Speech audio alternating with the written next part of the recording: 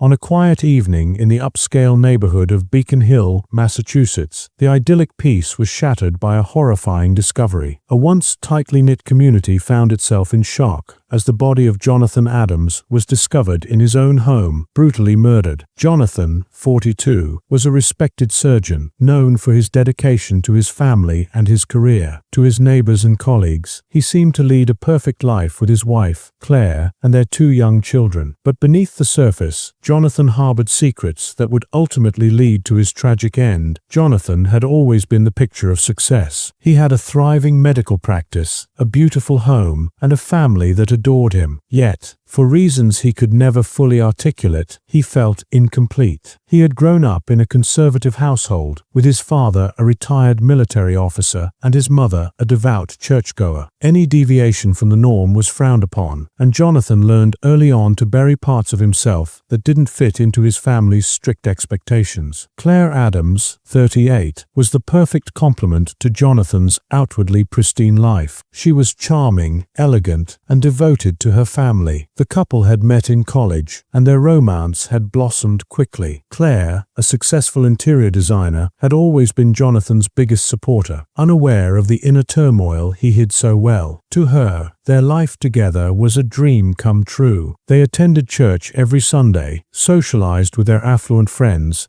and hosted dinner parties that were the talk of the town. But their perfect life was built on a foundation of lies. For Jonathan, the turning point came when he met Peter Bishop. Peter, 28, was the son of the local bishop, a well-known figure in their community. Handsome and charismatic, Peter had recently returned to Beacon Hill after completing his studies abroad. He quickly became a regular presence at church events, charming everyone with his wit and intelligence. Despite his father's strict religious beliefs, Peter was known for his liberal views and free-spirited nature, which often put him at odds with the conservative community. Jonathan and Peter's first encounter was during a charity event organized by the church. Jonathan, feeling suffocated by the weight of his hidden desires, found himself inexplicably drawn to Peter. Their conversations flowed effortlessly, and they bonded over their shared frustrations with the rigid societal expectations imposed on them. What started as a harmless friendship soon developed into something deeper and more dangerous. It began with late-night texts and secret meetings. Jonathan found in Peter a freedom he had never known. He could be himself without judgment, without fear. Peter, despite being fully aware of the risks involved, couldn't resist the magnetic pull between them. They were like 2 moths drawn to a flame, unable to stay away despite knowing the inevitable consequences. By the end of 2007, their relationship had turned into a full-blown affair. They met in secluded locations, far from prying eyes, always careful not to arouse suspicion. Peter's apartment, a small but cozy place near the outskirts of town, became their sanctuary. There, away from the eyes of the community, they could be themselves. Jonathan felt alive in Peter's arms, but as much as he cherished those moments, they were always tainted with guilt. Jonathan's behavior began to change. He became more distant at home, his mind always preoccupied. Claire noticed his frequent absences and his sudden need to work late at the hospital. She attributed it to the stress of his job, never suspecting the true reason behind his aloofness. Jonathan's deception was tearing him apart, but he couldn't bring himself to end the affair. With Peter, he had found something he had been searching for his entire life. But secrets have a way of unraveling, and in a small, tightly knit community like Beacon Hill, it was only a matter of time before the truth came out. One fateful night in March 2008, everything changed. Peter had begged Jonathan to leave his family, to start a new life together, free from the lies and the constant fear of being discovered. But Jonathan, torn between his love for Peter and his duty to his family, refused. The argument that followed was intense. Jonathan tried to explain that he couldn't abandon his children, that the scandal would destroy his career and his family's reputation. Peter, hurt and frustrated, accused Jonathan of being a coward, of living a lie. They parted that night on bitter terms, with Peter storming out of the apartment, vowing to never see Jonathan again. Days turned into weeks, and Jonathan found himself sinking deeper into despair. He knew he couldn't go on like this, but he also knew he couldn't let Peter go. Then, on the evening of April 12, 2008, Jonathan received a call that would change everything. Peter's voice was shaky, his words slurred as he confessed that he couldn't live without Jonathan. He threatened to tell everyone about their affair, to expose Jonathan's double life. Jonathan, panicked and desperate, tried to calm Peter down, promising that they would find a way to be together. But it was too late. The damage was done.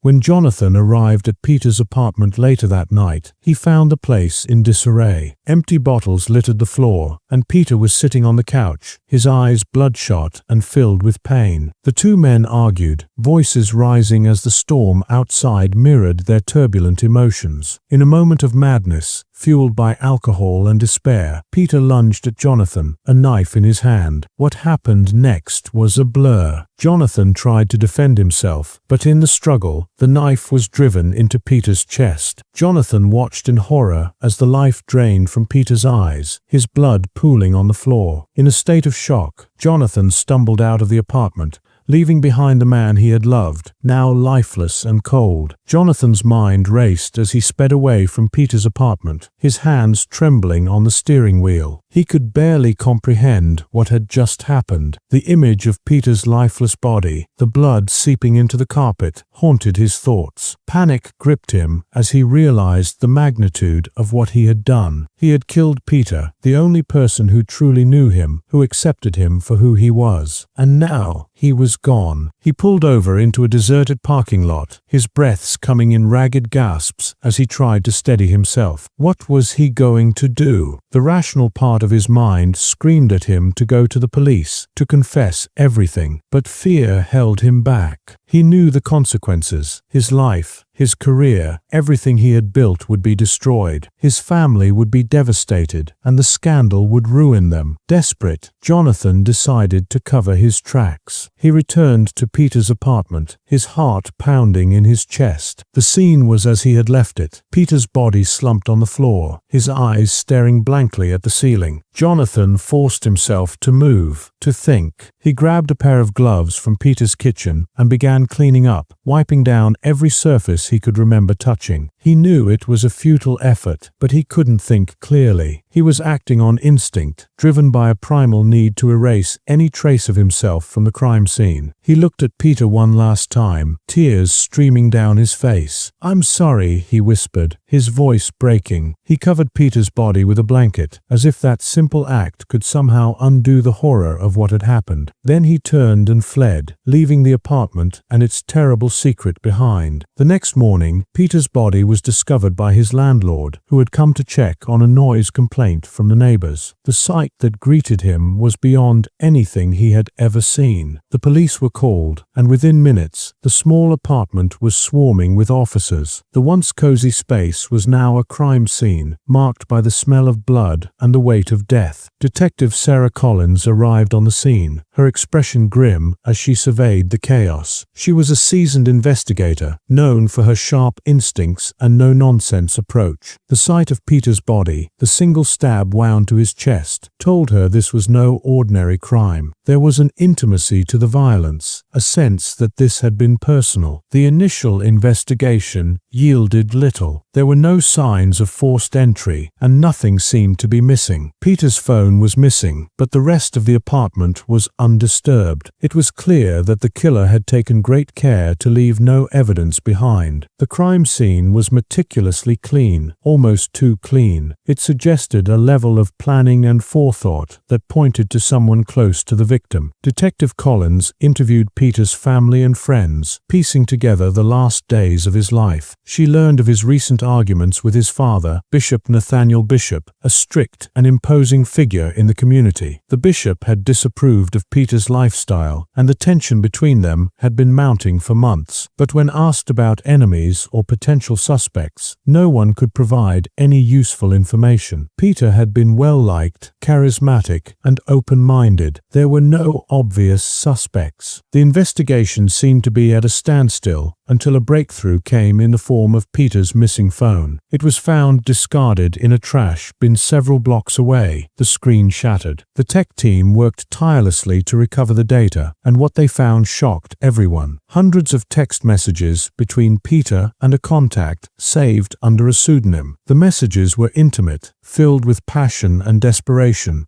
detailing a relationship that was as intense as it was dangerous. Detective Collins' interest was piqued. She knew she had found the key to the case. She ordered the number to be traced, and when the results came back, they were startling. The number belonged to Jonathan Adams, the respected surgeon and seemingly perfect family man. The revelation sent shockwaves through the department. No one could believe that the well-respected doctor, known for his generosity and dedication to the community, could be involved in such a scandal. Collins wasted no time. She obtained a warrant and had Jonathan brought in for questioning. He sat across from her in the cold, sterile interrogation room, his face pale and his hands shaking slightly. Collins watched him carefully, noting the dark circles under his eyes and the way he avoided her gaze. "Dr. Adams," she began, her voice steady, "we've recovered Peter Bishop's phone. There are hundreds of messages between the two of you, messages that paint a very different picture of your relationship than the one you've shown the world." Jonathan's eyes widened, his composure slipping. He opened his mouth to speak, but no words came out. The silence stretched between them, heavy and suffocating. "Why don't you tell me what really happened that night?" Collins pressed, leaning forward. "This is your chance to tell your side of the story." Jonathan's mind was spinning. He knew he was trapped. The evidence was overwhelming, and there was no way out. His thoughts went to his family, to Claire and the children. How would they ever understand? What would happen to them when the truth came out? Slowly, haltingly, he began to speak, his voice barely a whisper. He told her everything: the affair, the fight, the terrible, irreversible mistake. He spoke of his love for Peter, of the fear and shame that had driven him to lie and deceive. He admitted to the murder, tears streaming down his face as he relived the moment that had shattered his life forever. By the time he was finished, the room was silent. Detective Collins sat back, her face expressionless. She had heard many confessions in her career, but none quite like this. The tragedy of it, the sheer waste of two lives destroyed by secrets and lies,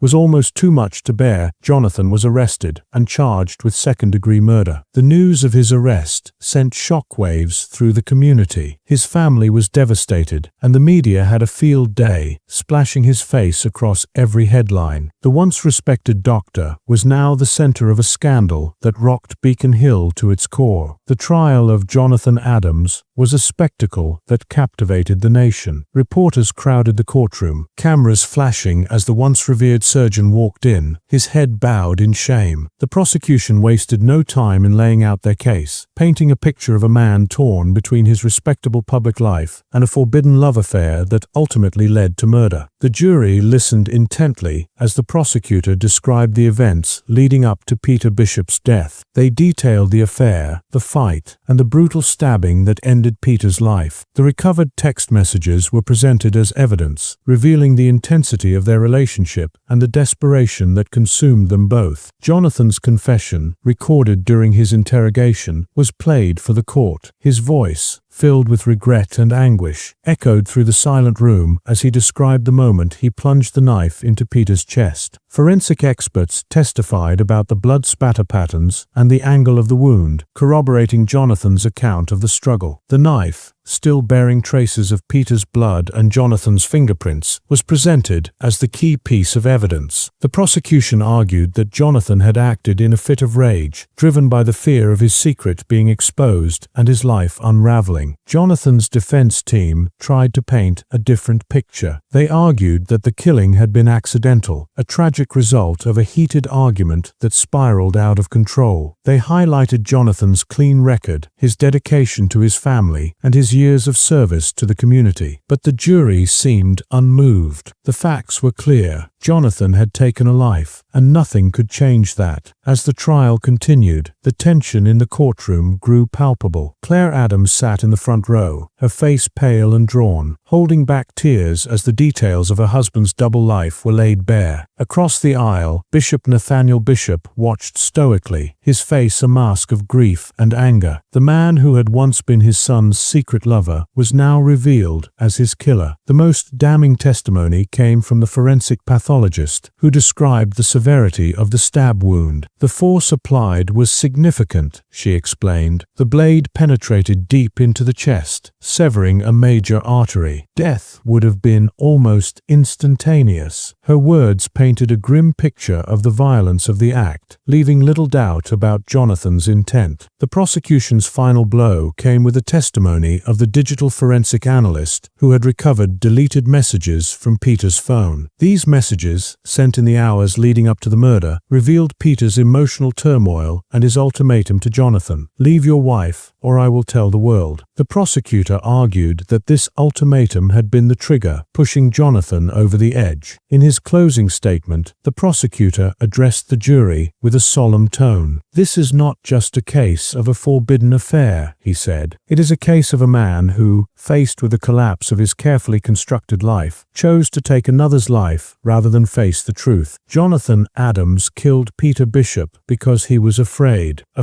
of losing everything, afraid of being exposed. He took a life to protect his lies, and now justice must be served." The defense's closing arguments tried to appeal to the jury's sympathy, portraying Jonathan as a man overwhelmed by a situation he couldn't control. But the damage was done. The evidence was overwhelming, and the jury's deliberation was brief. When the verdict was read, the courtroom fell silent. "We, the jury, find the defendant, Jonathan Adams, guilty of second-degree murder." The words hung in the air, heavy with finality. Jonathan closed his eyes, his shoulders sagging under the weight of his fate. He was sentenced to 25 years in prison, with a possibility of parole after 15 years. As Jonathan was led away in handcuffs, the courtroom buzzed with whispers. Claire, her face a mask of shock and disbelief, stood silently, her world shattered. Bishop Nathaniel Bishop left without a word, his eyes haunted by the loss of his son and the betrayal by the man who had claimed to love him. The aftermath of the trial left Beacon Hill in turmoil. The scandal rocked the community to its core. The once respected doctor, now infamous for his secret life and the murder that had destroyed 2 families. The church, led by Bishop Nathaniel, struggled to regain its standing,